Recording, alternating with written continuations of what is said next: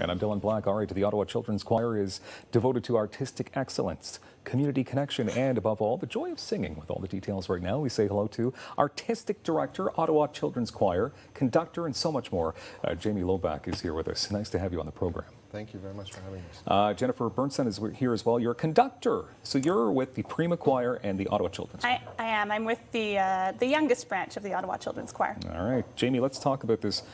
There's quite a history. 1958 is when it all began? That's correct. It was originally founded as the central choir of the Ottawa Public School Board, and over time that morphed to become the Ottawa Children's Choir. And in the 2000s, we became a non-profit organization independent of the Ottawa Public School Board, with some school board support remaining. Okay. Now, Jennifer, let's talk about, so it's professional, it's high-level music education that's happening here. What exactly is happening?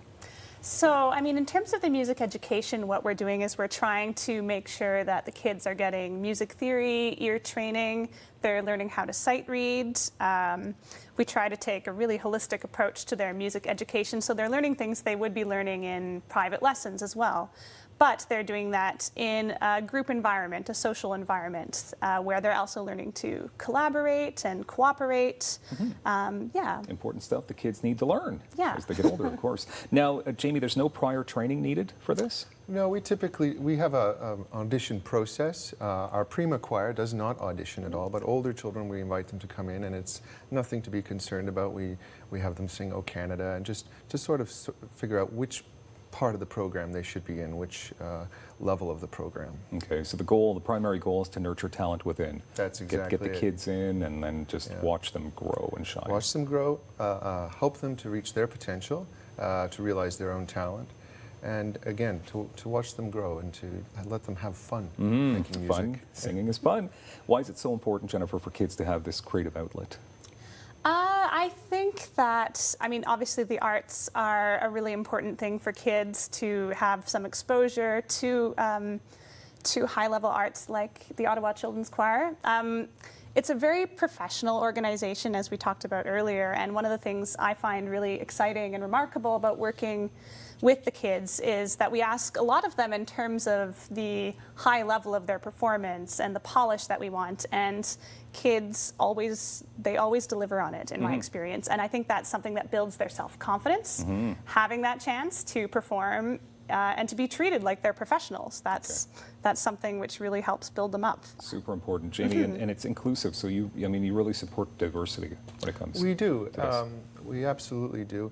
We do have a tuition fee for the students, and we aim to also have assistance for students who may not be able to afford to be in the choir, in order to help everyone participate. And to be a part of this organization. That's very important. Everything you're talking about here is just, it's super important. I mean, to make sure that everybody feels at home here. Jennifer, can I ask you as well, so international trips, something that also happens with the choir, Remembrance Day, of course, coming up, televised, you guys really get out there. Right, yeah. Prima Choir, not so much. I have the 6- and 7-year-olds. We don't typically take them overseas or anything, but maybe Jamie would want to talk about that with the older kids. I guess Prima is our youngest choir, age 6 and 7. Then we have our Viva Choir, which is age 8 and 9. Our concert choir, which is 9 to 15, and then our chamber choir, which is 11 to 15. And the chamber choir and concert choir will perform quite a lot at various events around Ottawa throughout the year, Remembrance Day, those sorts of things. We also have a boys choir that was started 3 years ago, which is focused on nurturing boys through their change of voice. And so we incorporate, some sports into those rehearsals as well to help keep their interest in singing, because it can be quite a dramatic change once you hit that voice change. Would you be able to tell us quickly about an example of an individual, a child who really thrived through your program?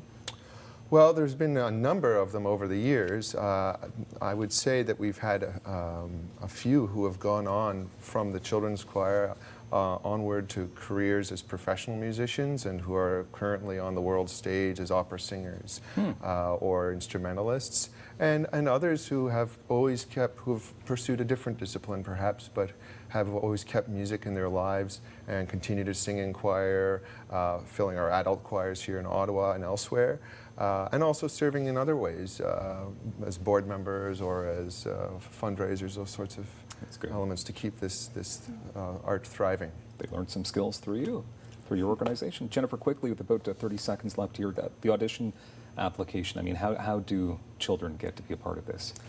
You can visit our website and you can register there.